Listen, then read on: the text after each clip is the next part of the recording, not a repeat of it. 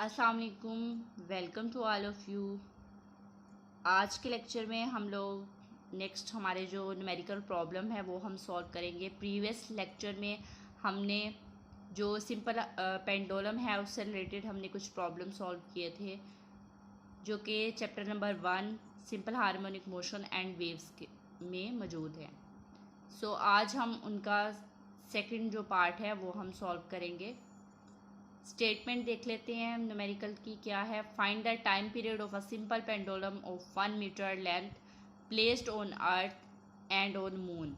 वो कह रहे हैं कि हमने टाइम पीरियड फाइंड आउट करना है सिंपल पेंडुलम का जिसकी लेंथ है 1 मीटर, जो कि अर्थ और मून पे रखा गया है। वैल्यू ऑफ जी जो है वो मून की सरफेस पे 1/6 है of its value on Earth. Earth पे जो उसकी वैल्यू है उसका 1/6 है, ठीक है। हमने जो है वो simple pendulum motion of a simple pendulum जब डिस्कस किया तो उसमें हमने इस फार्मूला को जो है वो ड्राइव किया। वहाँ पे हमने पढ़ा था कि टाइम पीरियड जो है सिंपल पेंडुलम का उसका ये फार्मूला होता है T=2πL/G। अब हम अर्थ के लिए यहाँ पे टाइम पीरियड निकालेंगे तो हम यहाँ पे E लिख देते हैं ताकि हमें यहाँ पे कन्फ्यूजन ना हो, वैल्यूज़ पुट करना आसान हो। हम यहाँ पे वैल्यू पुट कर देंगे। T=2 इंटू पाई की वैल्यू हमें पता है क्या होती है 3.14 एंड L हमें गिवन है क्या है हमारे पास 1 मीटर जो लेंथ गिवन है। 1 ओवर में हमारे पास क्या आ जाएगा 10 आ जाएगा।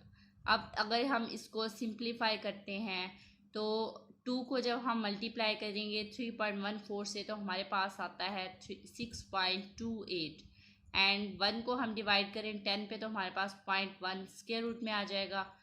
अब हम इसका जब स्क्वायर रूट लेके और इसको हम मल्टीप्लाई करेंगे 6.28 से तो हमारे पास कुछ इस तरह आंसर आएगा 1.985, ठीक है। अब हमें पता है कि जब इस पॉइंट के बाद यहाँ पे 5 से ग्रेटर कोई वैल्यू हो तो हम उसमें एक ऐड कर देते होते हैं, तो हमारे पास यहाँ पे 2 सेकेंड जो है वो सिंपली इसका आंसर आ जाएगा, टाइम पीरियड जो कि हमने अर्थ फाइंड आउट किया।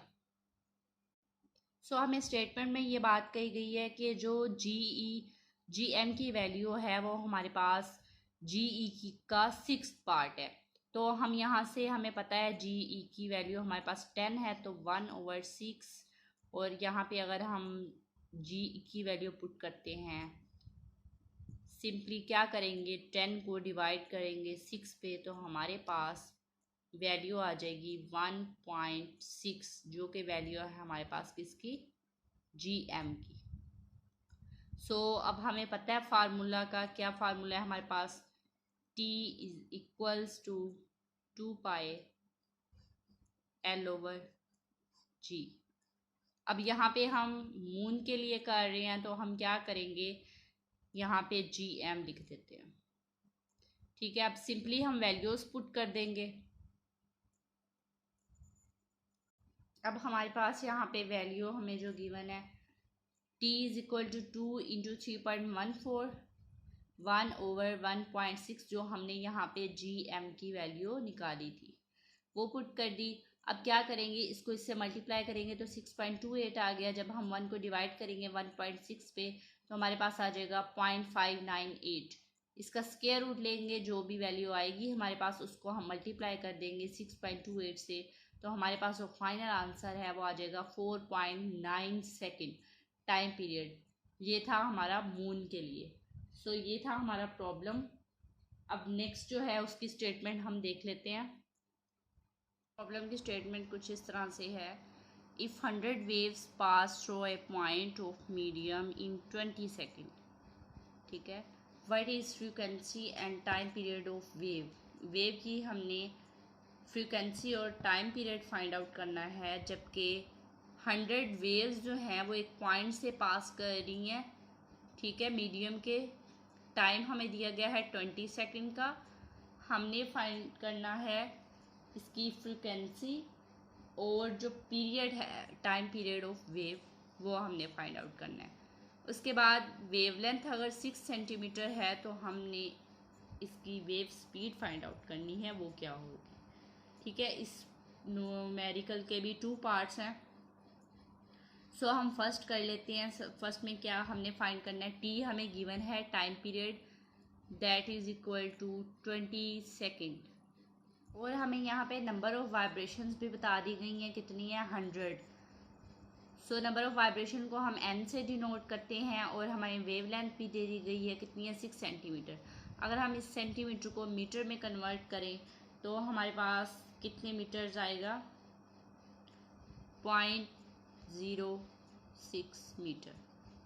ठीक है, इसको हम मीटर में कन्वर्ट कर देंगे।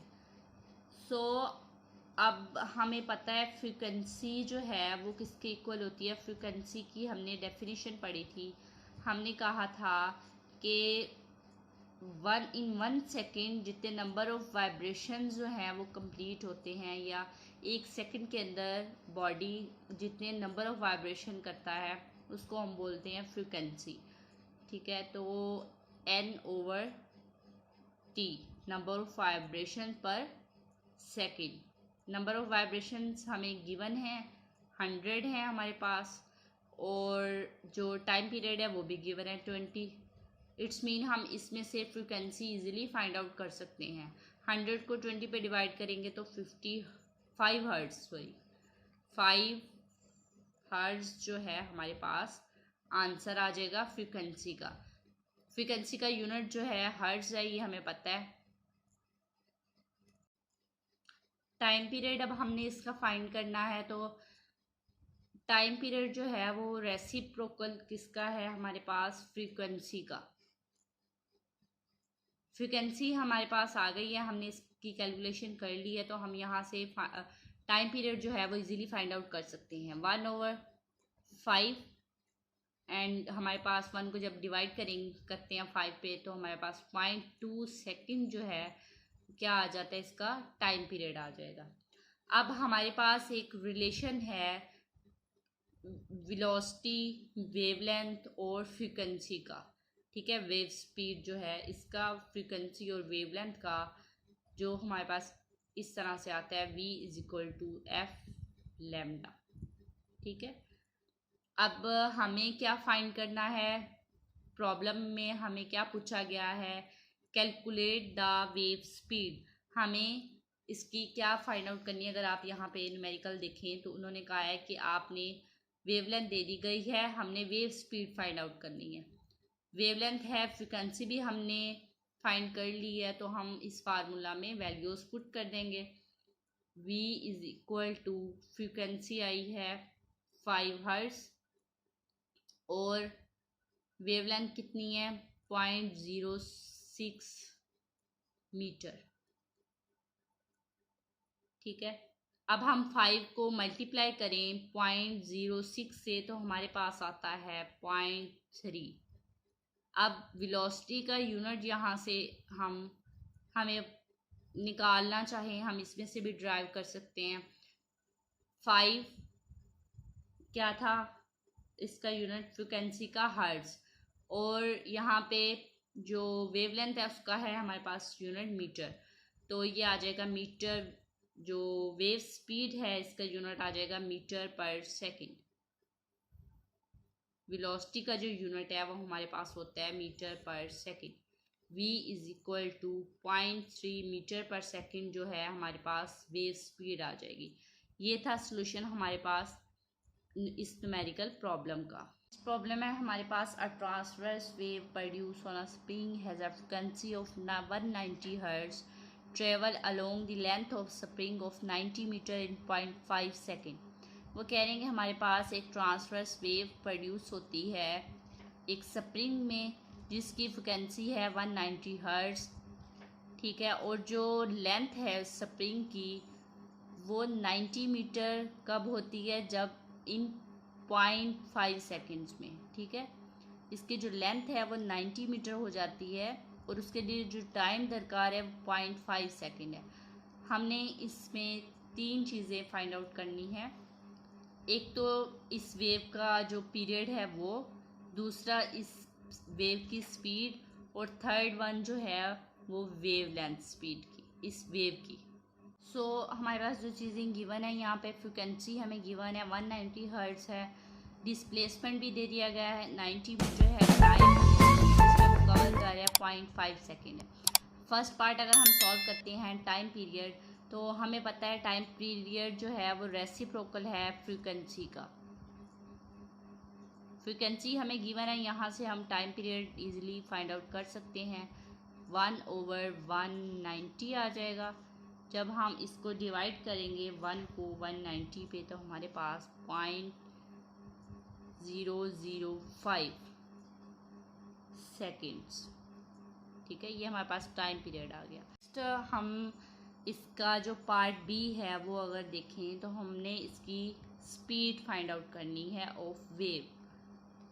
तो हमें पता है वेलोसिटी स्पीड जो है उसका formula velocity is equal to time rate of change of displacement. Displacement हमें गिवन है, टाइम भी हमें गिवन है। 90 को जब हम डिवाइड करेंगे 0.5 पे, तो हमारे पास आंसर आ जाएगा 180। और हमें पता है वेलोसिटी का जो यूनिट है वो हमारे पास होता है मीटर पर सेकंड। अगर आप यहाँ से भी देखें तो स्पीड का यूनिट क्या होता है, डिस्प्लेसमेंट का मीटर, और टाइम का होता है सेकंड। तो जब ये ऊपर जाएगा इसकी पावर माइनस हो जाएगी, मीटर पर सेकंड। ये यूनिट है हमारे पास वेलोसिटी का। अगर इसका सी पार्ट देखें, तो हमें इसकी वेवलेंथ फाइंड आउट करनी है। अब हमें इस रिलेशन का पता है, हमने प्रीवियस प्रॉब्लम में भी इसको सॉल्व किया कि वेलोसिटी जो है वो equal to frequency multiply by wavelength, v is equal to F lambda. अब हमें यहाँ से वैल्यू चाहिए वेवलेंथ की, तो वेवलेंथ इधर ही रहेगी और f जो है वो इस तरफ मल्टीप्लाई हो रहा है। जब दूसरी तरफ इसको लेके जाएंगे तो ये क्या हो जाएगा, यहाँ पे आके डिवाइड हो जाएगा, तो ये हो जाएगा v/f। अब हमें v की वैल्यू भी पता है, हमने फाइंड आउट कर ली है, दैट इज इक्वल टू 180। और हमें f की वैल्यू भी गिवन है, जो कि प्रॉब्लम की स्टेटमेंट में ही गिवन थी, 190। तो जब हम इनको डिवाइड करेंगे 180 को 190 पे, तो हमारे पास आ जाएगा 0.95। ठीक है, मीटर। हमें पता है वेवलेंथ जो है उसका यूनिट होता है मीटर। ठीक है, फिजिक्स के अंदर जो है वो यूनिट्स बहुत वैल्यू रखते हैं। ठीक है, अगर हम प्रॉब्लम को सॉल्व करते हुए हम कहीं पे भी आंसर के साथ, या हम कोई वो निकालते हैं उसका सलूशन, तो उसके साथ अगर हम यूनिट नहीं लिखते तो हमारा वो आंसर वैल्यूएबल नहीं होता। फिजिक्स के अंदर यूनिट बहुत ही इम्पोर्टेंट है, इसलिए आप जो है वो इसको आप जब कैलकुलेशन कर रहे हैं फार्मूलाज में उसको पुट करते हैं हम, तो वहाँ से भी हम ड्राइव कर सकते हैं। ये थे आज के हमारे लेक्चर के न्यूमेरिकल प्रॉब्लम्स। बाकी नेक्स्ट लेक्चर में इंशाल्लाह डिस्कस किए जाएंगे। अगर आपको वीडियो अच्छी लगे तो लाइक कर दें, शेयर कर दें और चैनल को सब्सक्राइब कर दें और बेल आइकॉन को प्रेस कर दें, ताकि हर नई आने वाली वीडियो आप तक बआसानी पहुंच सके। Thank you. अल्लाह हाफिज़।